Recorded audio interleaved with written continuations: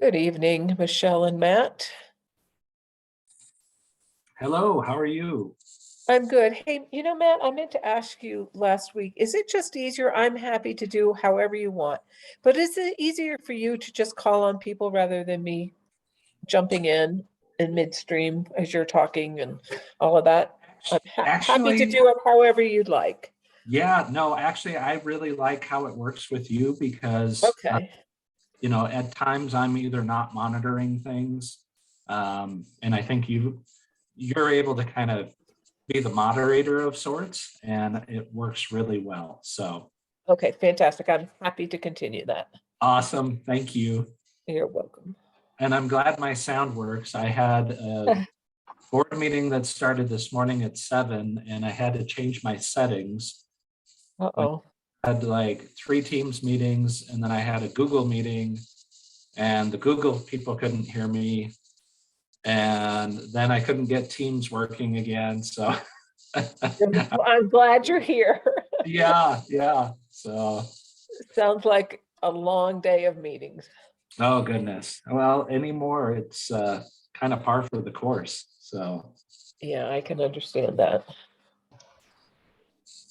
yeah, there's Oh, so many things going on, which it's good. It keeps things exciting, but it does.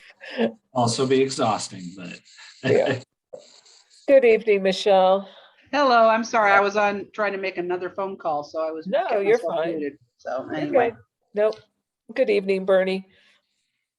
and I'm gonna dash away and get myself some water to drink. So I'll be Okay. All righty.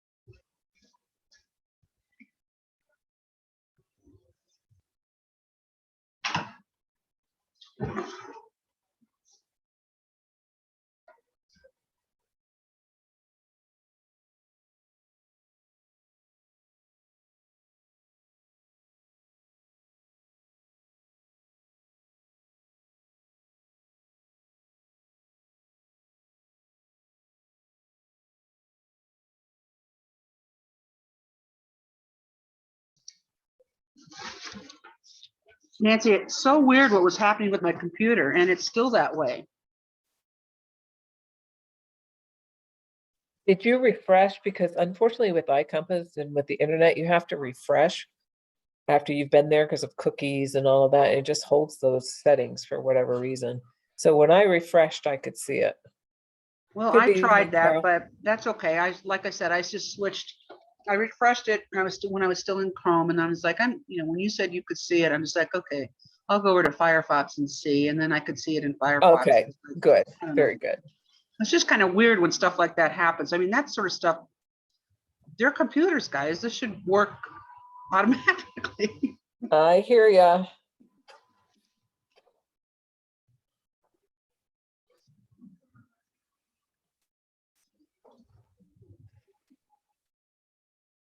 Yeah, it's an annoying problem, but it's not worth my time worrying about it. If I just matter of just switching to a different browser, that's the easy fix, fine with me. So Well, I'm glad you were able to finally see it. yeah, I don't like going down computer rabbit holes if I can avoid them. Me either.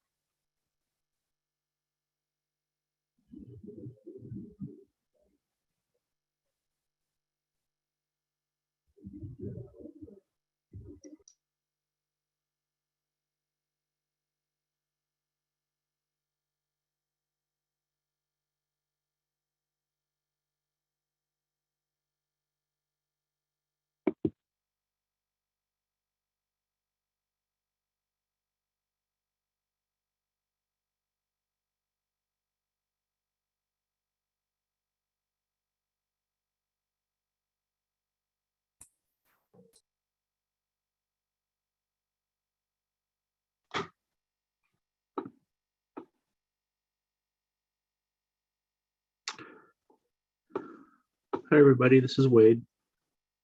I think we will go ahead and get started since we have a limited hour tonight. So I'm going to turn it over to Matt Ashby and Chris Brewster to talk about our upcoming February meetings.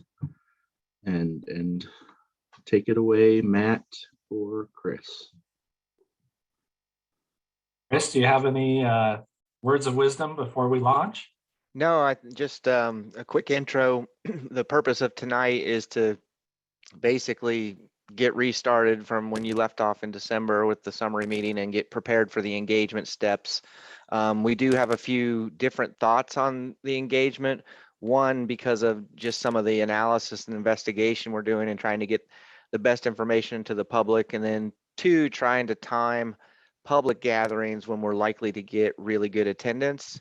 And then related to that, making sure that we're using any interim time and that till any concerns or situations with gathering have cleared up, that we're still progressing and advancing with lots of online tools and materials to get everyone up to speed on what you all have been discussing and what the options and opportunities are. So that's the bulk of tonight's presentation, to hit that and have any questions of how and when you guys might be involved. I know some of you are planning to speak to help kick this off as well. So we'll talk about that too.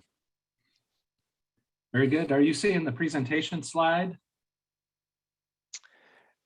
Yeah, we're getting the full, Yes. the next slide and the presentation, Matt. Okay. Is that better? It's actually the same. I feel like it's still thinking. Yeah, never mind, went back to the same. Okay. Let's see here. Let's go like that.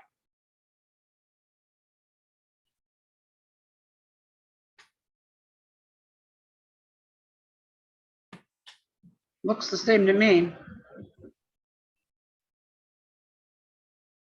Okay, now my system is thinking, so give It me looks one. like it's doing something better after it's done thinking, maybe. Oh, it's all black, so I don't know. Hey. Well, now I see everybody, but I don't see your slides at all. Okay. It's been a long technology day.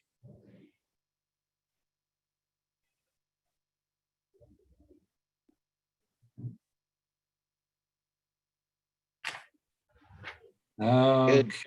There we There go, we Matt. go. It's good. Good deal. Thank you.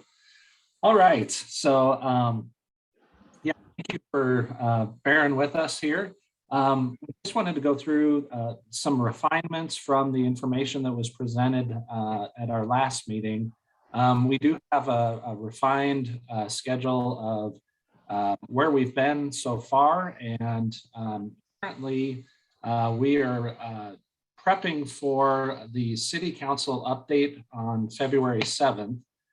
So we've got an update for City Council to give them an overview, essentially this presentation of where we're headed with the community engagement.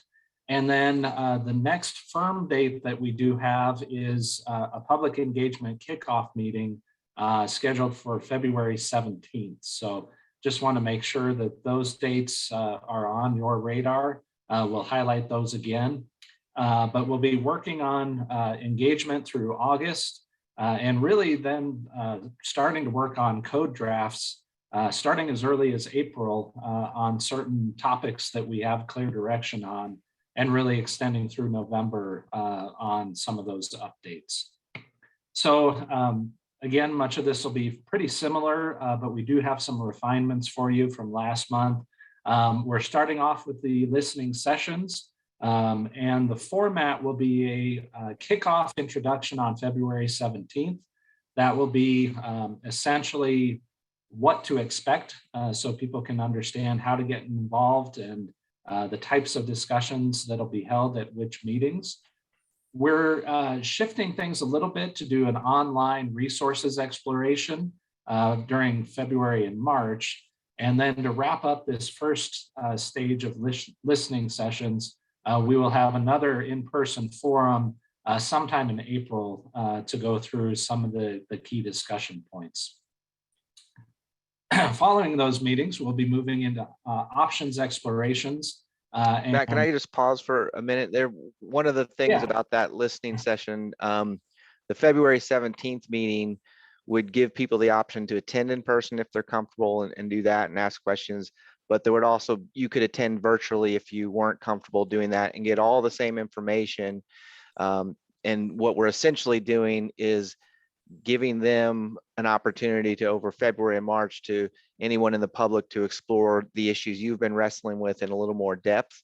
So we would be showing them examples of issues and options and linking them to resources of some of the issue papers we've been creating on topics like ADUs, parking, sustainability, how those might impact the code.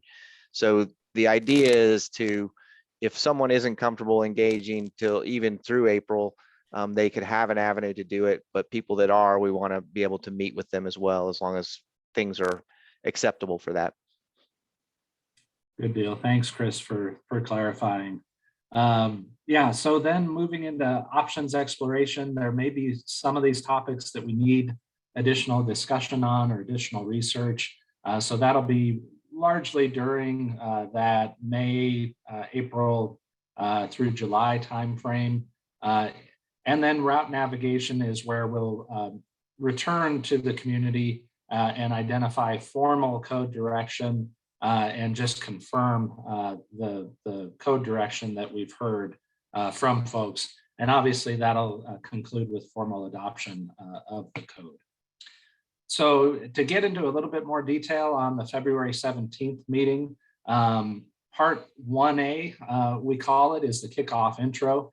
And as Chris mentioned, it really is a project background, highlighting the key discussions and points that the steering committee has discussed to date. So really bringing that information forward, and then outlining how folks can participate during the February and March timeframe. And as Chris mentioned, we do have alternate participation. We'll have a printed summary as well.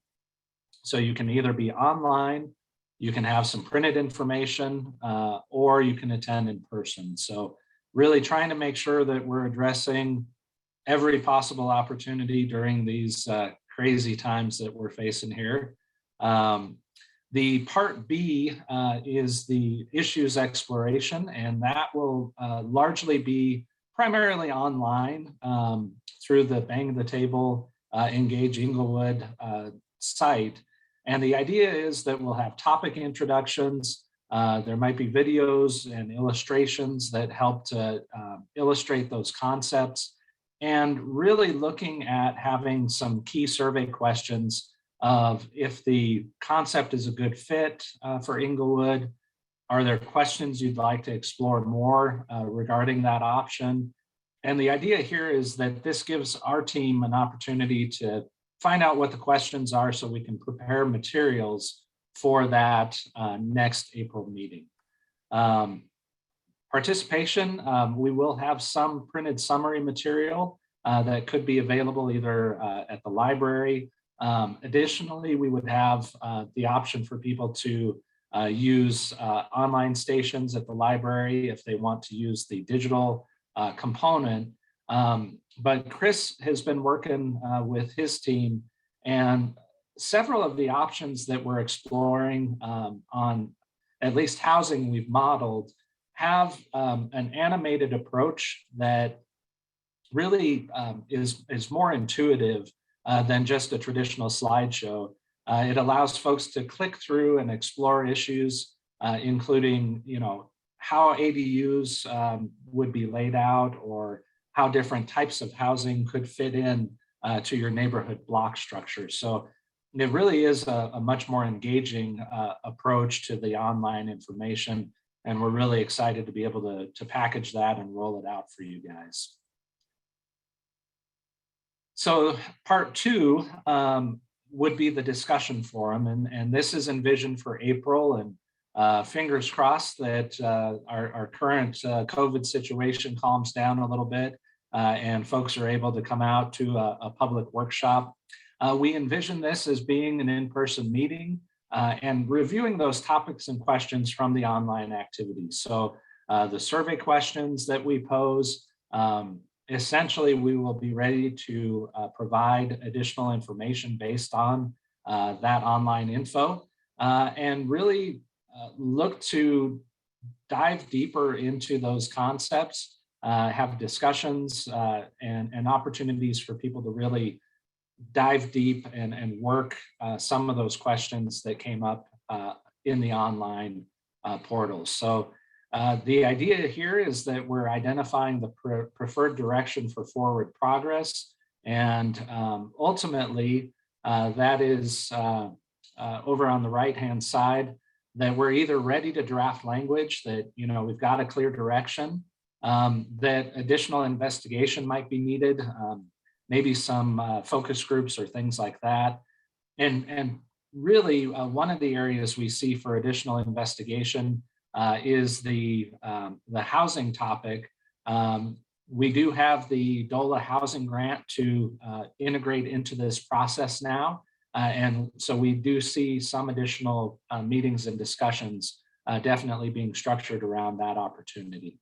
And then we always do have that option to hit the pause button where the issue is maybe a broader issue that can't be addressed in this code, but is packaged and noted so that that item can be carried forward through the appropriate channels in the future. So that reporting out process is really a summary of the insights from these topic stations. And in that way, we're really looking at providing an opportunity for everybody's voice to be heard and to make sure that those small group discussions don't just stay with that small group, but they get shared with the broader audience. Chris, any clarifications on this part?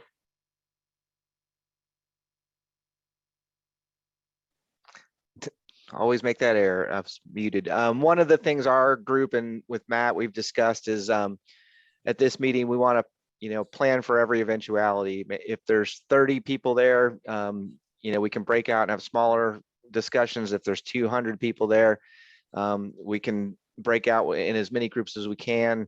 But we will structure those exercises for all cases. And that's why the February through April period is really important, because as Matt said, we want everyone to be envisioning possibilities, options, and come to that meeting ready with their things they like, ready with their concerns. And we discuss them in those smaller groups, and however many we need to have good discussions around the table.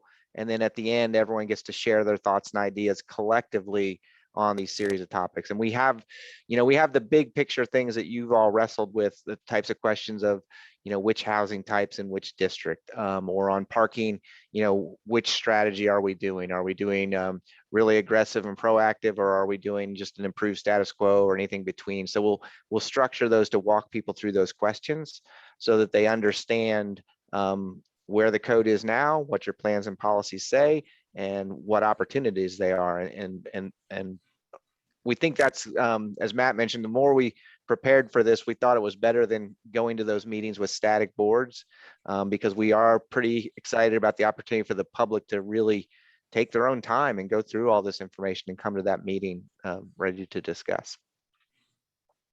Colin has his hand up with the question. Just a quick question. Are we considering bilingual or any other formats for providing this information? Yeah, that's a good question. That and not that we overlooked it, but we've been so busy trying to prepare, like make sure we have this buttoned up that we haven't really thought of that yet. I'd be curious to know if there's anything that the city routinely does that we could tap into to make sure we, my easy example would be that the printout flyers, I think, could be something that's fairly simple to translate. Some of the engagement or videos and interactive might be a little bit more difficult, but we need to be thinking about that.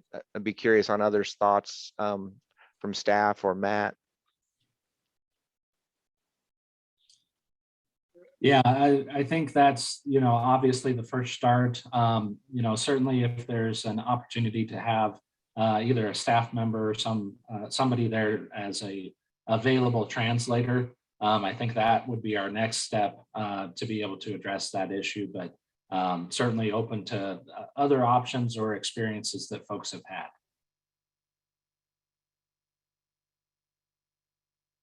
I mean, I feel like the printed material would be a great start and at least gets that. This is Nancy. I'll reach out to our communications staff and see who they use to translate their printed materials. And I can also see if there's someone that could come translate the meeting, but we can at least maybe start with the print materials, but I'll look into that. Awesome, thank you. All right, if there's no other questions at this point, we'll give you the preview of the next step. So essentially, this slide includes the tail end of our first listening session step, and then really the intensive options exploration of our team working the code options, drafting language, kind of going back and forth to make sure we've got it right. And during that time, during the middle of the year, we anticipate having monthly updates with this committee as far as continuing that conversation, as well as our quarterly updates with the city council and those ad hoc meetings as are needed for additional investigation. So as we're progressing towards the tail end of the project, we do envision having a recommendations open house. So again, another opportunity for folks to kind of come back and see where the recommendations are landing and make sure that we've got it right. So this would be another in-person meeting and would provide us with an opportunity to refine the direction prior to the final draft of the code. And so once we receive that feedback at the open house, we would finalize the drafting and then move into the formal hearing process for adoption, likely near the end of the year. And so where we're at though is that the next meeting that we're targeting, we do have the February 7th City Council meeting, and that is to kind of do this same exercise of reviewing and confirming the process.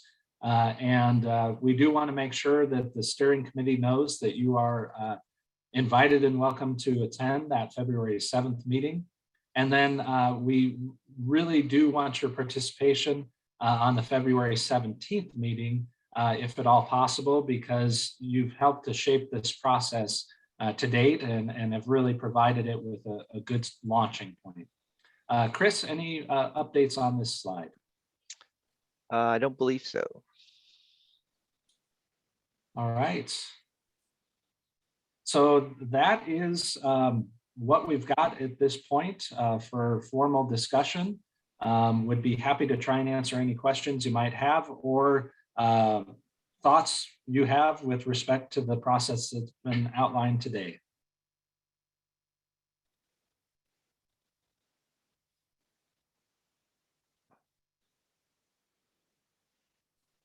Carl?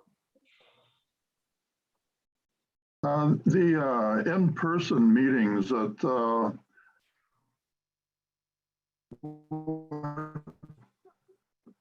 council chambers is not chambers, but the community room has been used for like ADU, where they set up a lot of boards around the room, and there's a lot of room for people to kind of mosey around. and people know where the city center is. So, and there's plenty of room there, so it'd be, in my mind, that'd be a good possibility for the in-person parts of it. Excellent. Colin? I think the next meeting, like you said, is on the 7th to meet with council and talk through this process so far. Again, give them a heads up. We've been talking about that a little bit on support that you need from us. I'm not sure if those are specific items that you want us to like go through now, or if you've got ideas or thoughts, or how you see that meeting going and the format of it, and what our role in that might be. Sounds good. I think I will leave that to Chris and Wade, if you would mind jumping in on that one. Yeah, I think I'll lead, and then Wade or Brooke, you can correct me. But I think the idea is twofold. One, to inform the council of the broad and deep discussions you guys have had that have basically affirmed that these are the top issues. Not that there won't be others that we uncover, and not that hitting them on a high level covers everything we need to know, but these 5 major topics that we've covered from the code assessment were verified through you and shaped by you all in different ways of things we need to explore. So I think that's the first part. At our November update, they got a taste of that. And so this February 7th meeting is sort of to wrap that up, much like your all's December meeting did that for you guys. And then the second part is to inform them of what our strategy for public engagement is going forward, to make sure we are completely reaching out, even though engagement on a development code is a little bit different because the policies and directions are sort of shaped. We're merely figuring out how to implement that, but engagement's important, and we want to have a pretty good confidence level that we're touching every constituency we can prior to drafting the code. And so I think that's my view of February 7th, and then opening up for them to give feedback and help shape that further, because I think our format is a 15-minute presentation and a 30 to 40-minute discussion of the council. Maybe I'll let Michelle go in here just a second, but maybe we can talk about afterwards those 5 themes and make sure everyone's on the same page of what those are. Would be good to just kind of talk through. Yeah. Joe? Yeah, I had some questions about the February 17th meeting. I think I did see an email come through. I think it was directed to everybody in Inglewood, or the email addresses you have in Inglewood, asking for input. But can you tell me who so far has received information or been asked to attend, or I'm assuming that you want us there. Do you expect city council to be there? Just a little more detail on that meeting, please. I guess I'll go first, and then anyone from the city staff that knows about any communication that's gone out can fill in. But yes, we're essentially viewing that as it's the public kickoff to this part of the project, right? The last time the public was engaged was the code audit. So now we need to inform them of things as simple and basic as what's the scope of this project, because they haven't been talked to about development codes in probably over a year now. So reminding them of the code assessment, informing them of the things you guys have talked about to date, and then informing them of how they can be engaged going forward, and really letting them know that it aside from what we can or can't do in the development code, we're sort of at an open book. We haven't written anything yet to change. We've got some ideas on what we want to change and how we might do that, and that's what we want their input on. So that February meeting is letting them know that, and mainly really promoting that the April meeting, as Matt discussed, that's when we want to really get to the meat of issues of what people do and don't like, and what fits where and how in Inglewood going forward, in a manner that the bottom line for us is, we as the consultant and staff, and you all as the steering committee, need to know we're recommending things that, while the public may not agree or like everything, we feel Inglewood as a whole is ready for this step. And that's the recommendation we want to make to council. And that's what that April meeting will be about, not to vote on what we like and don't like here and there, but for us to gauge how far can we push on some of these issues that have impacts on the community. Okay.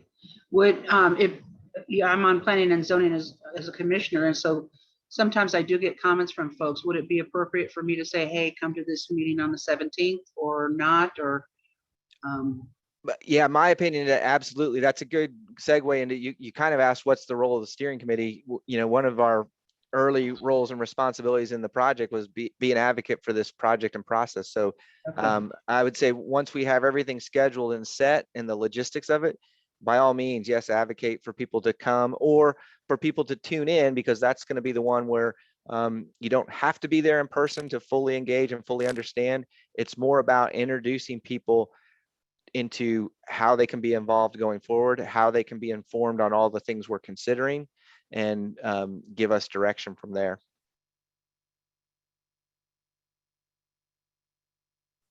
And I think the additional part of your question was who's been communicated with to date.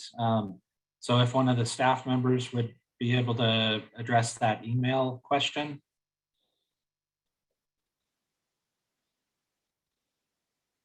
I don't see Wader Brook coming off, so I can jump in.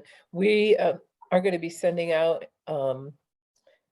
via social media, through email, our email list towards the end of the month. We're waiting to make sure our messaging is consistent for this project. So probably next week or the following week, that info will be going out to the public. Thanks, Nancy. I just wanted to add in, already on Inglewood Engaged, there is a notice of a February 17th meeting. So it's already on Inglewood Engaged. Coming February 17th, 2022, we'll be holding a community event from 6 to 8 p.m. More details coming soon. So it's already on the website. It went on the website 10 days ago on January 9th. So we're going to be adding to that and hoping for a link from our IT department for those who want to watch virtually, excuse me, or participate virtually, and then those who want to attend in person. So that is already out there. Yeah, so hopefully that helps with that question. I just quickly looked and I did get an email from Inglewood on December 20th. It wasn't very specific. It just basically said code next and, you know, thinking about things, but no specifics on dates or anything like that. So I did receive something. So that's.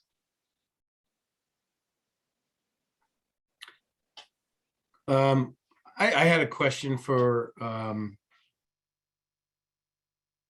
the team, and that is, talk a little bit about, we're not going to get into too much content February 17th, but you talked a little bit about the animation, and I'm not sure that the steering committee has necessarily seen exactly what you're doing with some of the boards.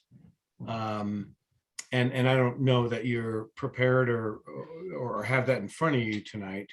I could, Brooke, I could certainly share a mock-up if you can, A, recognize it's a mock-up, and B, pardon my technology here as I start to share. I might have some of the issues Matt did because it's an animated PowerPoint. So let me try to.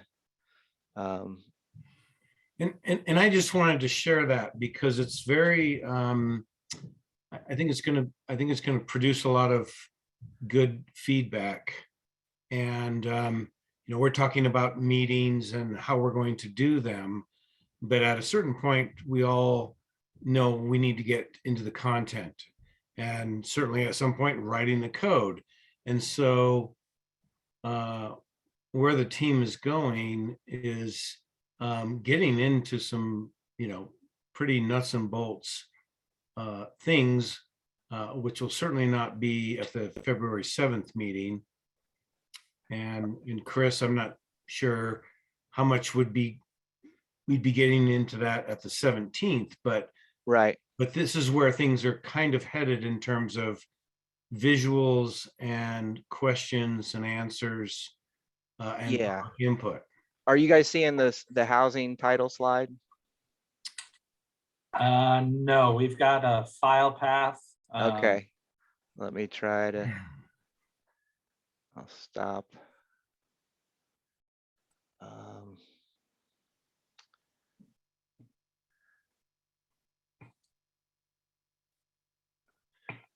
Does anyone recall there's like a share? I can share whatever I'm viewing versus share what's open. I'm trying to remember that. I'm going to try and open it again, and then I'll see if I can't share from there. So.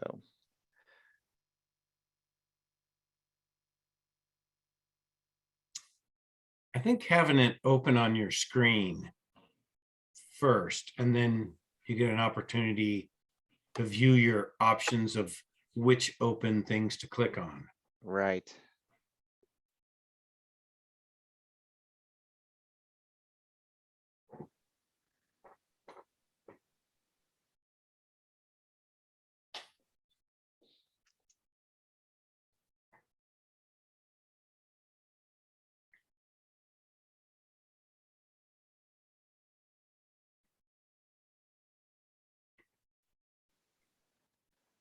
Oh, it's not Brooke, cooperating. to answer your question a little bit, I do see us walking through at least one tutorial module in terms of introducing people to how the content is structured.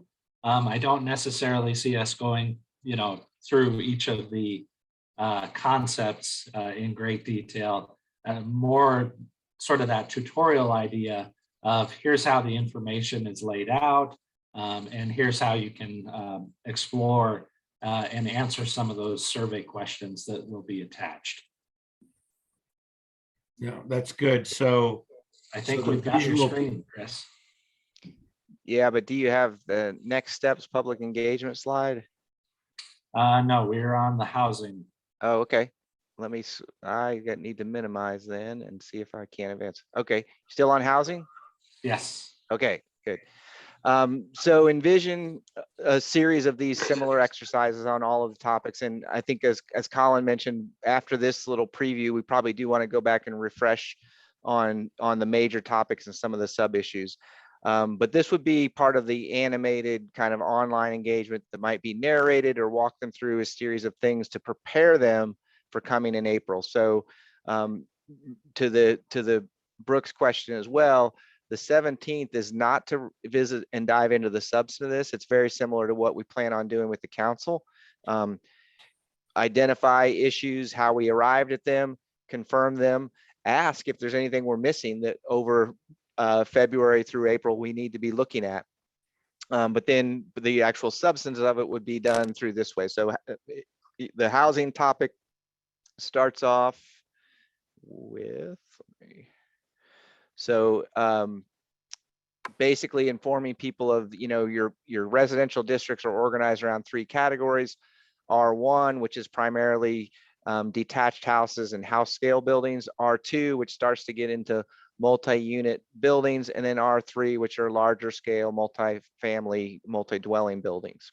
And then you can click on these to explore ideas and opportunities.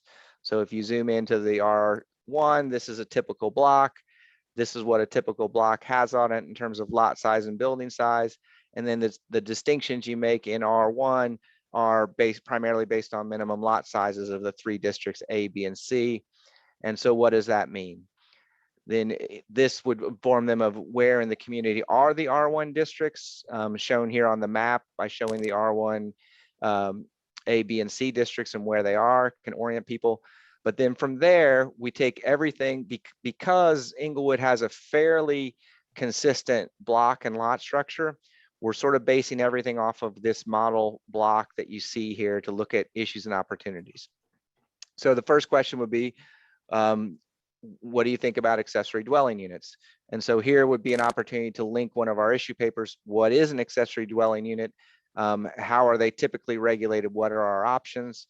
And then we just show that what it usually means is one of the outbuildings on the back of the lot converted to a residential dwelling that's accessory to the primary building, and it has some standards to make sure that it fits into the community.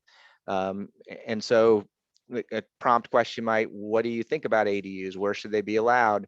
And informing them that currently it's now only allowed in R1C.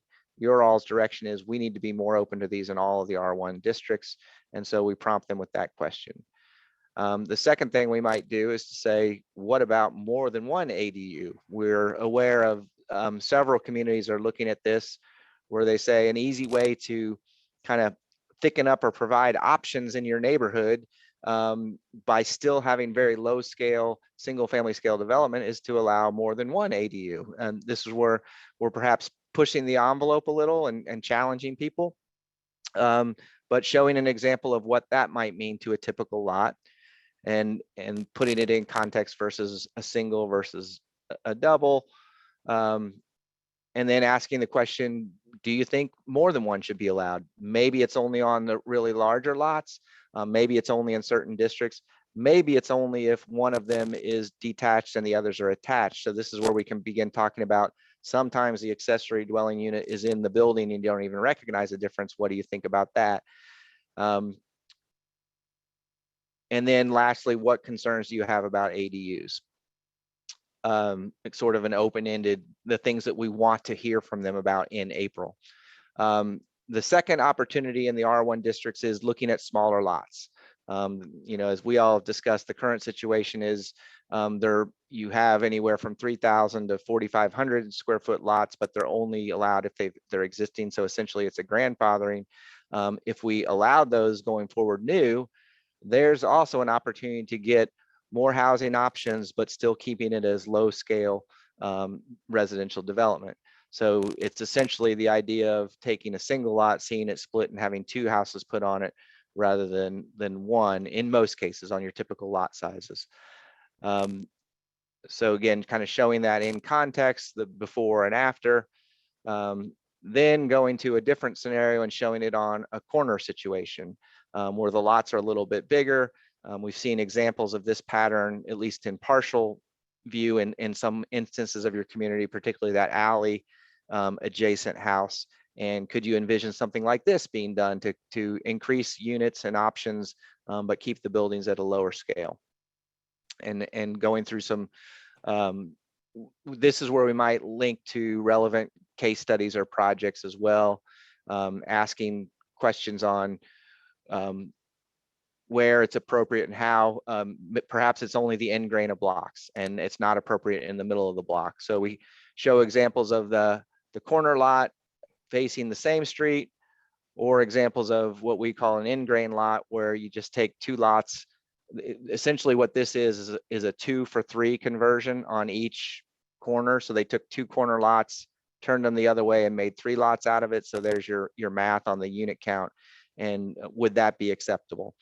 And then the last option for the small lots is, could you envision it happening in a courtyard pattern?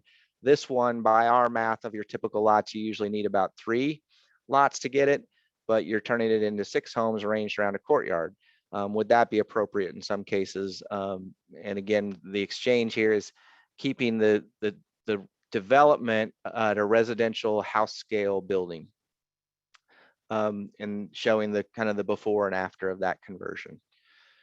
And then what do you think about this, where only certain districts, not at all, and recognizing that the current standard is they're only grandfathered. You can't create any of these new going forward. Or is it appropriate only in certain locations in the pattern, maybe only on the corner lots or the end grain as an option? And then lastly, the same question, what concerns you about all of these options as well? So that's kind of a quick view of the animation. We do a similar one in the R2 and R3s, but with different issues. The R2 questions are mainly about the 3,000 square foot per unit standard, which we think is making the row house options actually bigger and bulkier. And so do we want to have a smaller scale row house that could fit in and perhaps only be a 2 or 2.5 story product but on a smaller lot? So we have illustrations of that being actually a smaller scale building than the current buildings you're resulting in, those 3 and 4 unit buildings that we see. And then the similar question on a smaller apartment unit that doesn't have that 3,000 square foot per unit basis, so that it could actually fit on a smaller lot. And it's that idea of a lower scale building, perhaps 2 or 2.5 story or 3, but on a greater density. So these would actually have maximum lot sizes rather than minimum, so that it stays at a scale that's appropriate to R2. And then the MUR3 questions are more about the standards are kind of mixed up. They don't really lead to clear distinctions. In other words, we have some illustrations that show what the current standards lead to is they tweak different development issues between the 3, but they don't clearly add up to MUR3A being a moderate scale, MUR3B going up, and then MUR3C being the largest scale. There's not a progression like that. And so we want to provoke the question of would that make more sense so that we can kind of target where the larger scale buildings will be and graduate up? Or is the MUR3 an area where we don't need all of those districts, since they're essentially resulting in a same or similar scale building? So again, all of those education elements, we would link to hyperlinks where they could get a 1-pager on the issue of what their code says, and maybe some photo examples of some of the projects, but letting them visualize that in the context of your community and raising questions and getting them to think, so that in April, those roundtable discussions are really talking about the pros and cons of these. And just a quick segue, because I know we're going to be running low on time. So what we would then be working on is that kind of covers most of the housing issues we've discussed in all of the districts. Although, as Matt mentioned, the attainability and affordability angle of this will be tagging along as a follow-up based on that housing assessment report and the grant funding that was done. But for this meeting and this series of engagement, we would also be looking at walkability and street design. So walking through an example of some of the graphics we viewed in our steering committee meetings, but animating them a little bit more and analyzing them against your current right-of-way widths, and then doing a similar one on walkability and parking, and then the third one on the sustainability issues and the range of options for addressing sustainability in a development code. Colin? This is probably something I should know already. I think when we first started out, we talked about maybe even combining different zoning locations. Are we doing that with this process, or is the code separate from zoning map changes, or are we thinking about changes, or is that a totally different process? Yeah, to the first part of it is we are thinking about the combining and changes with this project. Whether if we determine that yes, it needs to be done, how we execute that might be a separate process or a tag along. We've worked with cities that have done it in the same process, and it really becomes a question of how extensive is that change. If we're combining districts and everyone is left doing at least what they could have done before and maybe having additional options, then it's a little easier to just make the map change along with this. If it's fundamentally changing what they're doing and or it's more extensive than just a few pockets here and there, a lot of times cities aren't comfortable doing it in the process, even though technically and legally you might be able to. So they might save that for a separate follow-up that has different notice requirements and take that issue aside. But to your initial question, yes, we are considering that as part of this.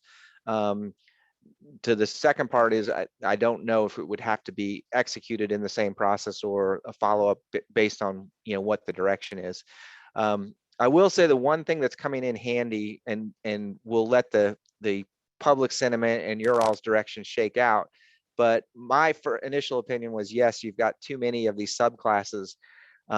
They are able to make some pretty clear distinctions on the options. Whether all of them are necessary or not, it's a good question, but to my last point, even on the MUR3 districts and having 3 of them, and do we really need 3 different scales of multi-unit buildings?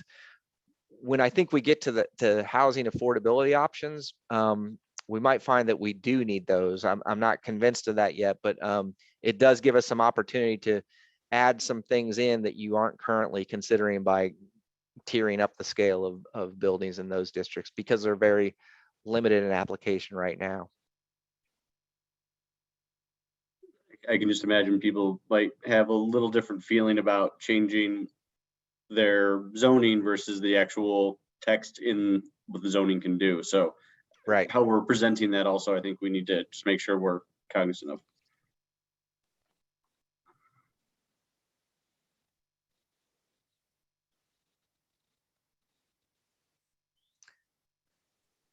I just wanted to say, I think what Chris was going through is kind of an example of how the engagement can occur both in person as well as online. And there's multiple topics, obviously. And, you know, the purpose of the February 7th meeting certainly is not to get answers from council or really dive into the meat of those topics, but more to show them where we've been, where the engagement is going, and ask them if they have any other ideas and if they're on board with that. So I think it was interesting to see, though, where it's going, because it is very detailed, and when you get into it, there is a ton of content, and so that's what will be happening, you know, later this spring, and starting even in February to a certain extent.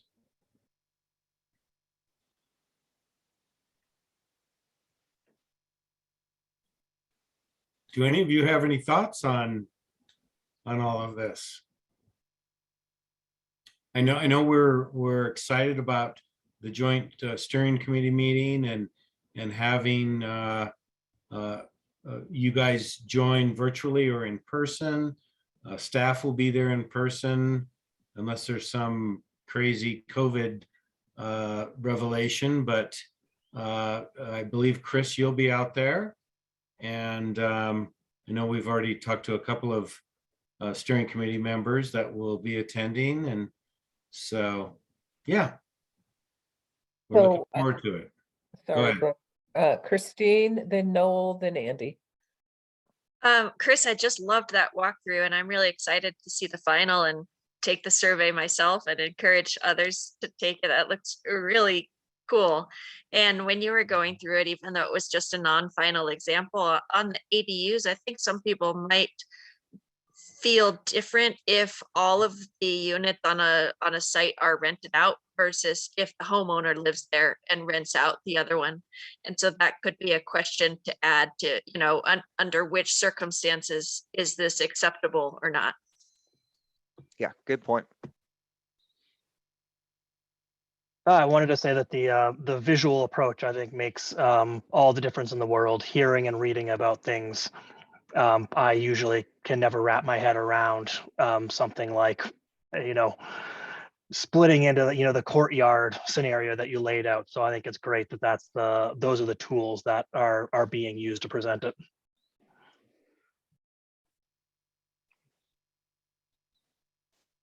And I was just going to say, I think we can connect back into the why a lot. I really liked the mock-ups, but I think just even how we're framing the questions of not just what are you concerned about, but is this a good way to accomplish what we want to do? Because I think a lot of people might just react out of like, no, we don't want to see this, but is this something we want to see because it's connected to something we heard previously?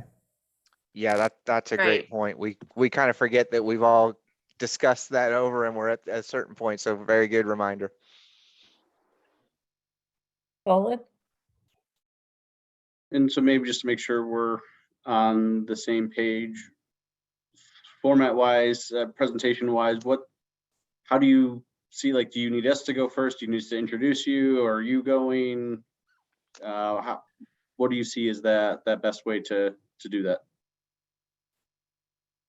My guess, this is Brooke, my guess is that the mayor, as they bring topics up, will introduce a staff representative first. And then I think it'd be wonderful if staff could say, well, we're here with the steering committee.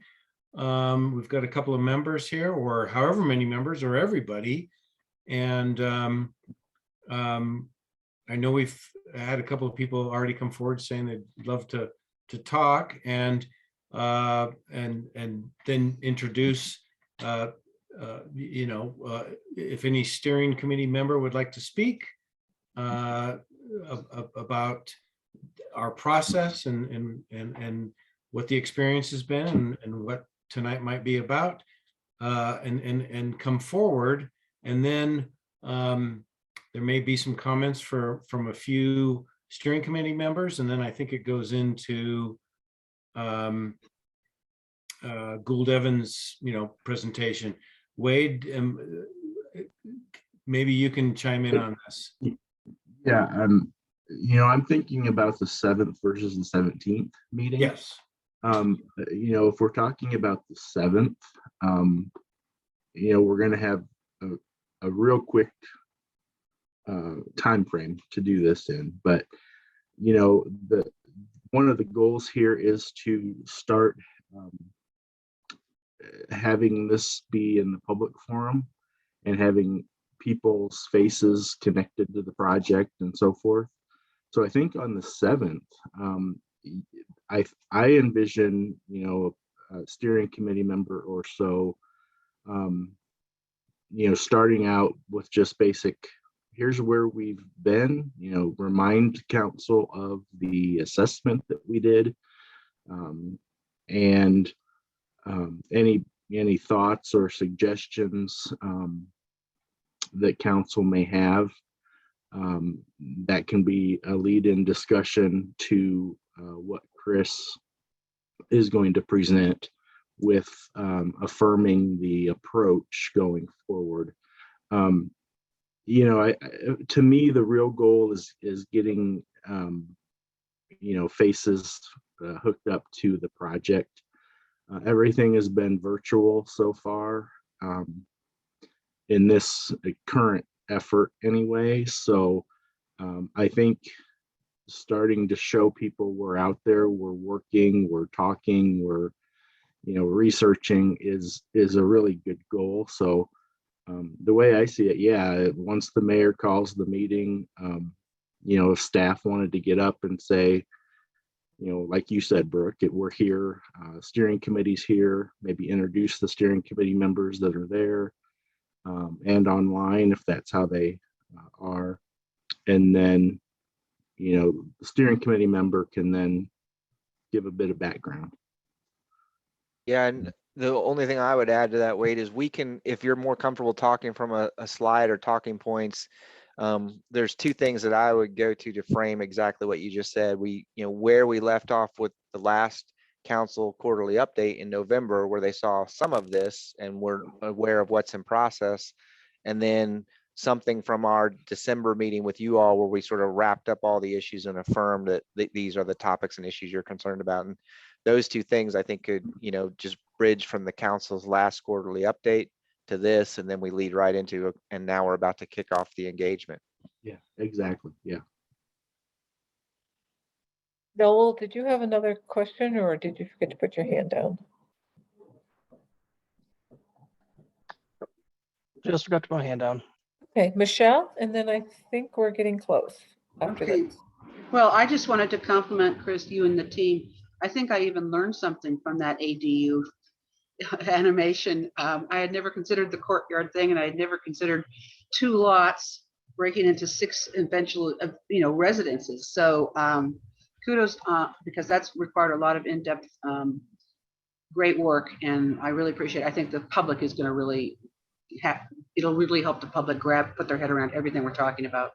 Thank you very much. Thanks. Carl? I really like the visual on that. That's very good. It's easy to understand, and it's easy to see what's going on. to have is people come to these meetings. And I've seen things like this done before where if it's in the right location, you'll get some turnout, but if it's in a little like off area, northwest Inglewood or West Inglewood, then nobody shows up. So it really is important to get people to show up. And I don't know what kind of media will you, are you going to use social media like Nextdoor and Facebook or whatever to advertise this? So I can answer that. We will be pushing it out on the city's social media accounts, which includes Nextdoor, Instagram, Twitter, Facebook. We'll also be pushing it out on, it's a mass email list serve. Anyone who has signed up to receive notice about public meetings and are interested in Code Next, they'll receive information through email, and we'll also have it on our Inglewood Engaged page. Once we get further down into the process, into the spring and summer, when we start getting into seeking feedback on the actual code rights, we'll probably do an all city mailing at that point.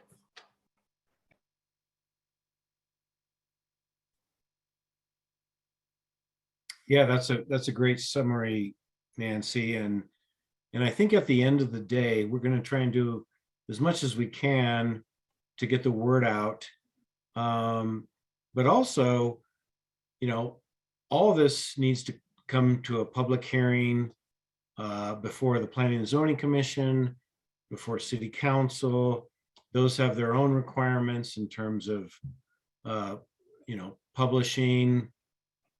And so, and it'll be on our website. And so hopefully we'll just kind of continue with these opportunities for engagement, even if it's late in the game and there's a draft of the code, people will have an opportunity to give input. And I would also chime back in as to what Chris and Matt were saying. You on the steering committee can also be our ambassadors to get the word out. So we'll get you whatever you need to give to your neighbors and your friends as well. And we will encourage council to encourage their constituents to go to Inglewood Engaged and see not only what is being presented going forward, but also what there has been already developed in the past. I'm showing at 6:57. Are Chris, Matt, Wade, Brooke, do you have any other final comments? I do not at this point. No. So I guess we will wrap it up for tonight. And We need to have any prep or anything before the next 7th meeting for anybody who's interested. Might not be a bad 15-minute. Yeah, and we have to prepare the presentation for that in advance of the meeting anyway, so we can get the slides together that would sum up the steering committee, and then perhaps at that point, those that want to speak could get in touch with us and we could coordinate. Yeah, we can coordinate that with you, Chris. And the steering committee.